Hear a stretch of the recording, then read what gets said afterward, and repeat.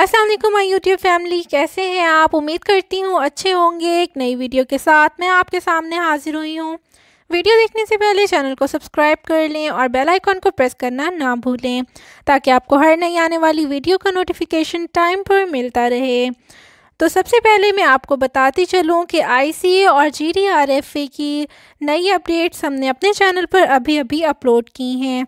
आप वहां से जाकर देख सकते हैं, इनके लिंक डिस्क्रिप्शन बॉक्स में मौजूद हैं।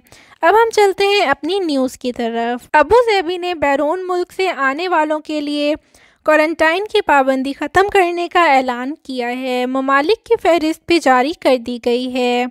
अबू धाबी में महकमा सियाहत और सकाफत की जानिब से सऊदी अरब समेत 13 ममालिक के सियाहों पर आइसोलेशन की पाबंदी उठा ली गई है।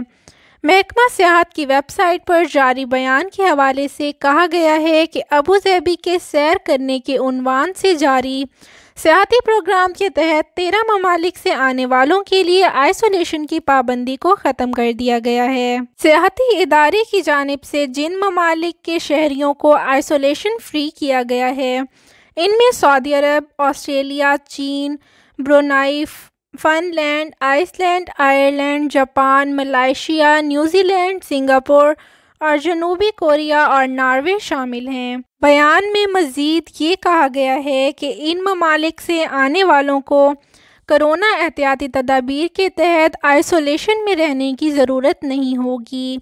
ममालिक की फहरिस्त के हवाले से बयान में मज़ीद कहा गया है कि फहरिस्त में तब्दीली और इजाफे का भी इम्कान है। हम ये इसी सूरत में मुमकिन है जब दीगर ममालिक में भी कोरोना के हवाले से हालात बेहतर होंगे। अब मैं आपको मुत्तहिदा अरब इमारात में नए कोरोना के केसेस पे अपडेट देती हूँ।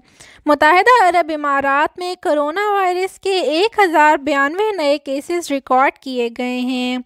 मुत्तहिदा अरब इमारात की वजारत सेहत की जानिब से जारी आदाद-ओ-शुमार के हवाले से बताया गया है कि मुतासरीन की मजमूई तादाद 1,86,041 तक पहुँच चुकी है।